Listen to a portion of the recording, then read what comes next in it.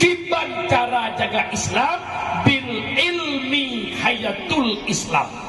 Hanya dengan berislam akan udep, wabil jahli mawatil Islam.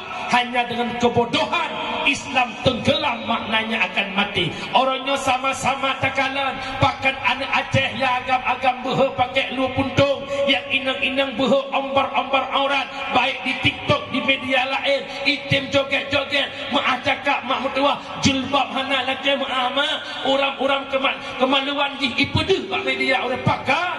Jawabannya mereka jahil ilmu. Dikala mereka jahil ilmu, yang jadi efeknya adalah Islam akan mati, Islam akan tenggelam. Penyamanan tugas kitanya yang paling layak bak malamnya adalah tolong jaga Islam.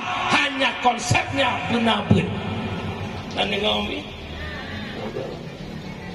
baca doa jaga berdua kan. Islam yang nama malamnya maju pemundur. Ikut maju, ikut mundur, yang betul maju pemundur.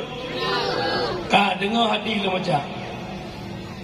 Sayati ala ummati zamanon la yabqal Islam illa ismon, wala minal Quran illa ismon.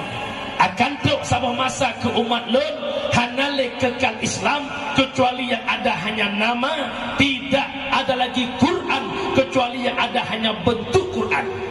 Nepegah le Nabi akan tuk sabah masa ke umat lun, Islam tinggal nama, Al-Quran tinggal bentuk. Kiban makna nyo katanya malamnya mandum berKTP Islam, bernama Islam. Lo tanya na mandum katanya mupo Islam.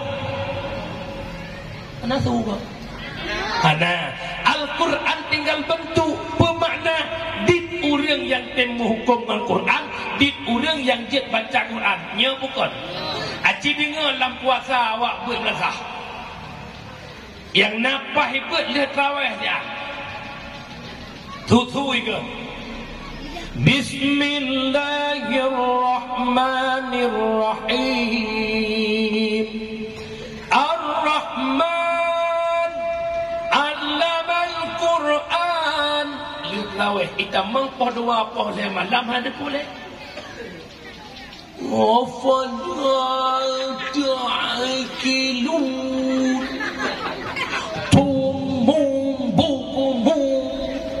Game ending juga Quran. Wah, poh dengar apa dah pakai kari di Jakarta tu. Inna